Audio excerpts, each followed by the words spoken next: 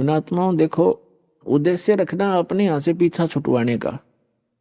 ऐसा ज्ञान बता दिया जाएगा, आपको आत्मा से ग्लानि हो जाएगी पुनर्जन्म की, और जब तक आत्मा में हेट नहीं होगी इस पुनर्जन्म की, तो आपका कभी ना कभी पैर फिसल जाएगा।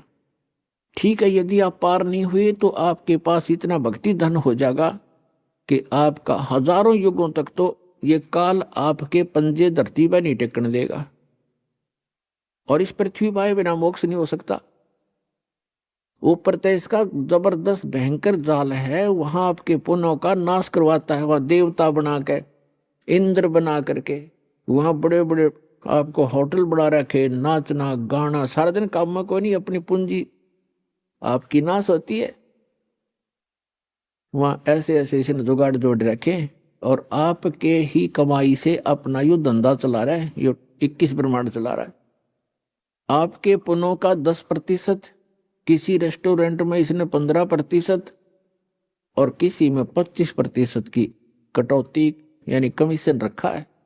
उस कमीशन से ये काम चला रहा है। ये तो एक भिखारी है उस भगवान के आगे, जिसको तुम भगवान मानकर पूज रहे थे ब्रह्म तक। तो पुण्यात्मा, यहां परमात्मा बताते हैं कि सतगुरु की शरण में आने से आपके ये सभी संकट दूर होंगे, जन्म और मृत्यु का रोग नाश होगा।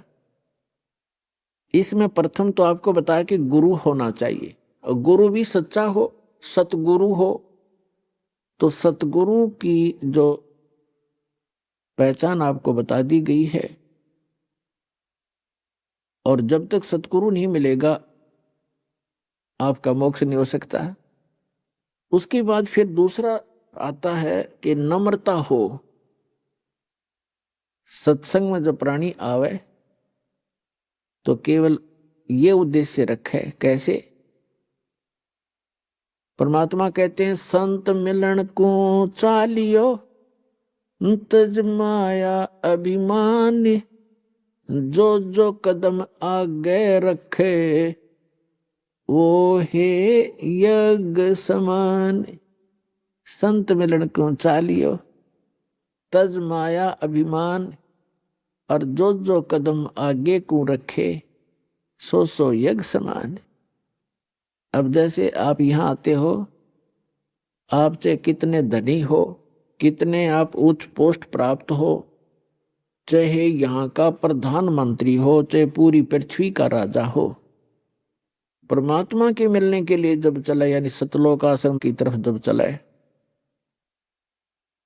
कहते संत मिलन को चालियो तज माया अभिमान।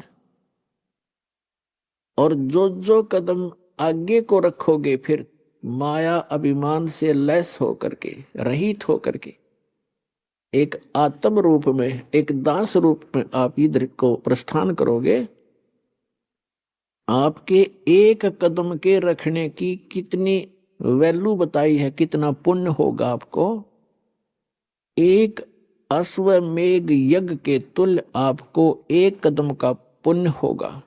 चाहे आप गाड़ी में आते हो, चाहे अपनी किसी मोटरसाइकिल कार में आते हो, चाहे बसों से आते हो, ये सारे कदम हैं। जैसे किलोमीटर होते हैं, तो संतों ने इसको कदमों में मापा है कि वहां से यहां तक जितने भी आपके कदम रखे गए, जितने कदम बने, कहते हैं उतने ही आपको, उतने ही यज्ञों का पुण्य मिलेगा यदि आप इस भाव से सत्संग के अंदर आओगे।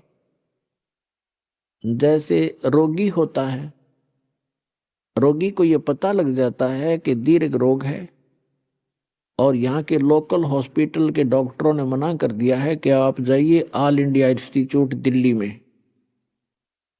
तो वहां जब ये डायरेक्शन मिलकर इंसान जाता है, तो वहां चाहे प्रधानमंत्री हो और चाहे किस कोई फैक्ट्री मालिक हो, कितना उच्च पोस्ट प्राप्त व्यक्ति हो, उस समय उसको अपनी जान दिखाई देती है, अपनी पोस्ट पद दिखाई नहीं देता। डॉक्टर कहता है लेट जाइए, वो तुरंत लेट जाता है। डॉक्टर कहता है ये कपड़े निकाल दीजिए, तुरंत निकाल के रख देता है। उस समय उसके नखरे खत्म हो जाते हैं। और तभी वो उपचार प्राप्त करता है।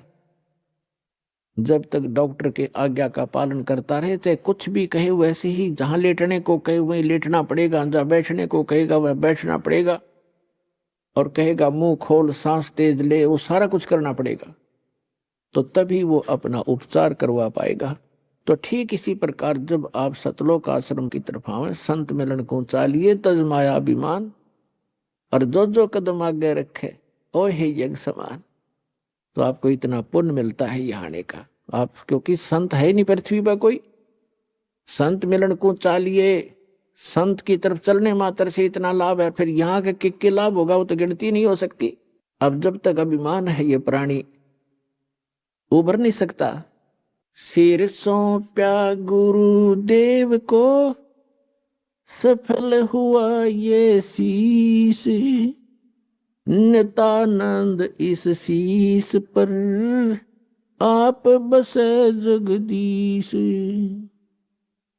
अब क्या बताते हैं, नितानंद जी कहते हैं सिर सौंप्या गुरुदेव को और सफल हुआ ये शीश, नितानंद इस शीश पर, आप बसे जगदीश।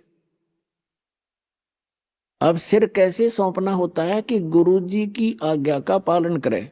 गुरु पद पर जो होते हैं उनको पता होता है, परमात्मा कहते हैं बहुत प्यारा बालक माँ का। माता को अपना बच्चा बेटा या बेटी बहुत प्रिय होती है।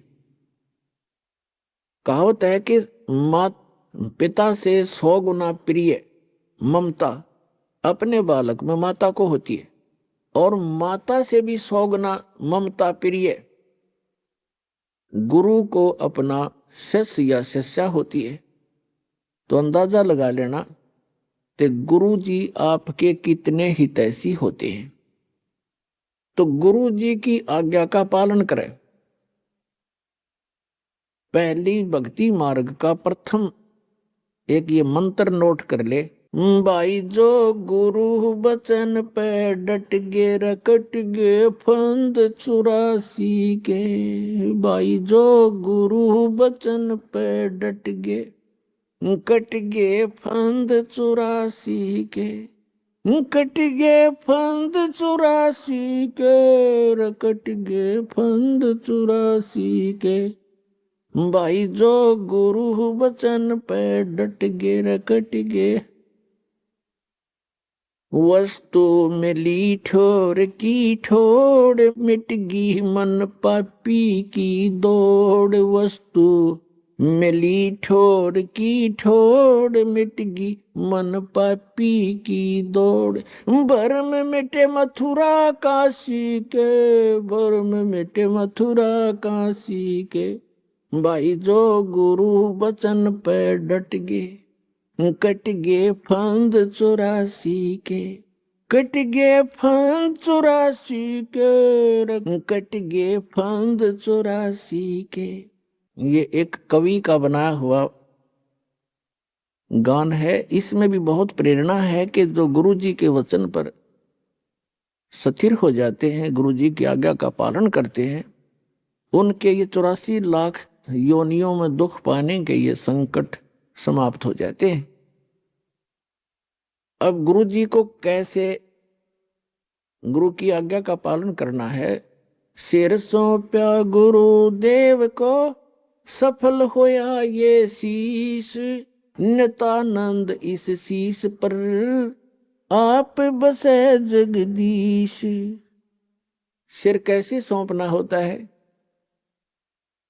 सिर काटना नहीं, गुरु जी के आज्ञा का पालन करना ही सिर सौंपना होता। एक गुरु जी थे, उनके 4-5 शिष्य थे, आश्रम में रहते थे। रोज ही प्रतिदिन शिक्षा यही दी जाती है। प्रत्येक गुरु जो होते हैं ये 5-4 फार्मूले पक्के सिखाता है चेलों को, और ये ही कारगर होते हैं। अब जैसे कोई भी भांग बोता है खेत में, तो वो भी खेत को संवारने के तरीके सारे बता देगा, लेकिन बीज गलत है तो वो सारे तरीके गलत हो गए। बोना था गेहूं, बीजना था गेहूं, बो दिए भांग।